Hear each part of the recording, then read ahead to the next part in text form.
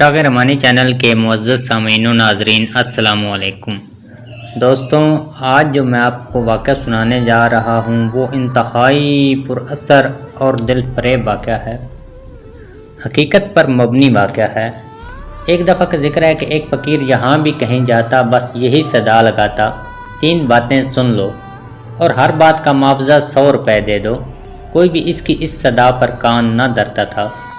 تنگ آ کر فقیر دریا کی طرف نکل گیا۔ وہ کنارے کنارے چلتا جاتا اور بڑبڑاتے ہوئے لوگوں کو کوستا جاتا تھا۔ اتفاق کی بات ہے کہ وقت کا بادشاہ بھی سیر کے لیے وہاں آیا ہوا تھا۔ اس نے فقیر کو کوستے ہوئے سنا تو اس نے بلا کر وجہ پوچھی۔ فقیر نے اپنا تعارف کراتے ہوئے کہا، میں تھکا ہارا چندرا بد نصیب ہوں جس نے قیمتی سودا سستے داموں فروخت کرنے کی کوشش کی مگر کسی نے بھی میری بات نہ سنی۔ بادشاہ بولا، فقیر اب کہو، میں تمہاری شرط منظور کرتا ہوں۔ فقیر خوشی خوشی تیار ہو گیا۔ اس کے بعد فقیر نے 3 باتیں سنائیں۔ 1، رات دا جاگن بھلا، یعنی رات کو جاگنا مفید ہے۔ پہلی بات بتا کر فقیر نے بادشاہ سے اس کا معاوضہ مانگا۔ اس کا معاوضہ 100 روپے کی شکل میں فقیر نے بادشاہ سے حاصل کر لیا۔ دوسرے نمبر پر جو فقیر نے بات بتائی وہ تھی آون آلے دا آدر بلا، یعنی آنے والی کی تکریم کرنے میں بھلائی ہے۔ دوسری بات سنا کر فقیر نے بادشاہ سے مزید 100 روپے لے لیے۔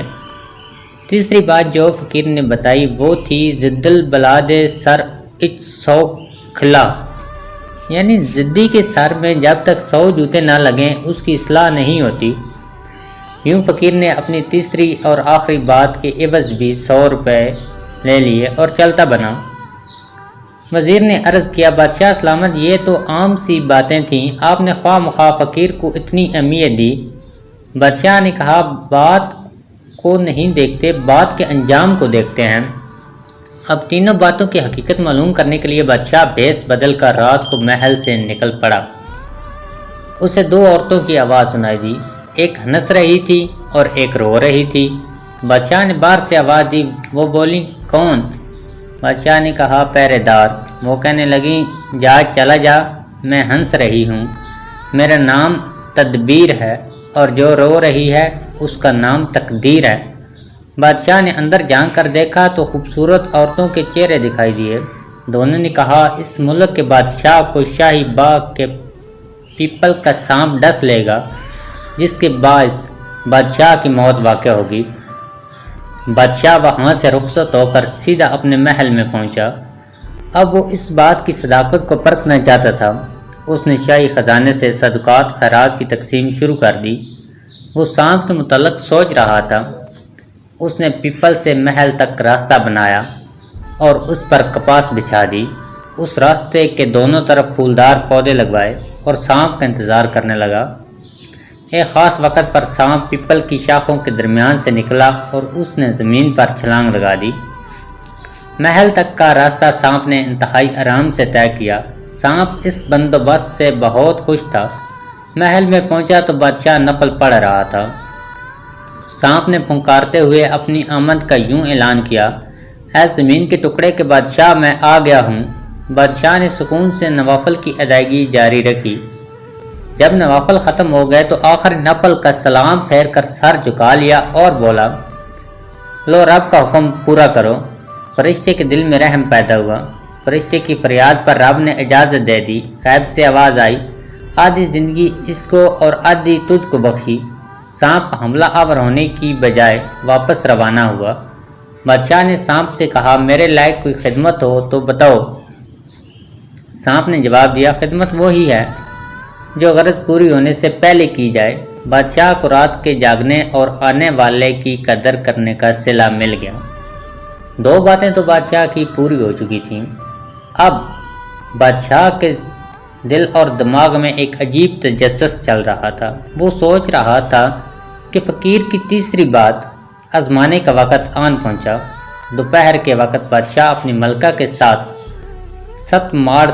7ویں منزل پر بیٹھا تھا۔ نیچے شہر دکھائی دے رہا تھا۔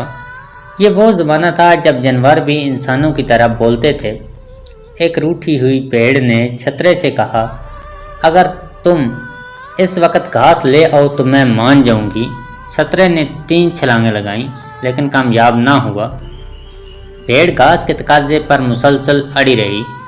چھترے نے پہلے تو بہت منتیں کی کہ گھاس کو بھول جاؤ، جو باوجود کوشش کے نہیں حاصل ہو رہا۔ تنگ آ کر چھترے نے اپنی جلد کو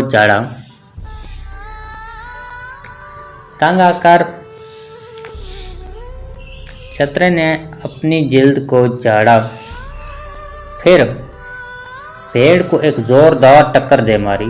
بس ٹکر کا لگنا تھا کہ بھیڑ نے درد سے نڈال ہو کر سر جھکا لیا اور ضد ترک کر دی۔ بادشاہ یہ منظر دیکھ کر ہنس پڑا۔ ملکہ نے ہنسنے کی وجہ پوچھی۔ بادشاہ نے صرف اس قدر جواب دیا، انسان بہتر کوٹھی، دل بہتر کوٹھی۔ بادشاہ نے کہا، کوئی بات نہیں، جانے دو۔ ملکہ نے جھنجھلا کر تاش کے پتے پھینک دیے اور کہا، اگر کوئی بات نہیں تو جاؤ، پھر نہیں کھیلتی میں تاش۔ ملکہ کی ہٹ درمی کو دیکھ کر بادشاہ طیش میں آ گیا۔ اس نے غصے کی حالت میں 100 مرتبہ جوتی ملکہ کے سر میں دے ماری۔ ملکہ بے ہوش ہو کر گر پڑی۔ اس واقعے کے بعد ملکہ آج کسی سے اس کا حال نہ پوچھے گی۔ مراد یہ ہے کہ کبھی ادھوری باتوں کا مطلب نہ پوچھے گی۔ اس طرح فقیر کی تیسری بات کی سچائی بھی بادشاہ پر آشکارا ہو گئی۔ دوستوں، اگر آپ کو ہمارا واقعہ پسند آیا ہے تو برائے مہربانی ہمارے چینل کو سبسکرائب کر دیں اور ہماری ویڈیو کو شیئر کر دیں تاکہ اس طرح کی مزید اچھی ویڈیو میں آپ کے لیے بناتا رہوں اور آپ کے دوستوں تک پہنچتی رہیں۔ آپ کی دعاؤں کا طلبگار آپ کا اپنا چراغ رحمانی۔ بہت سی محبتوں کا شکریہ۔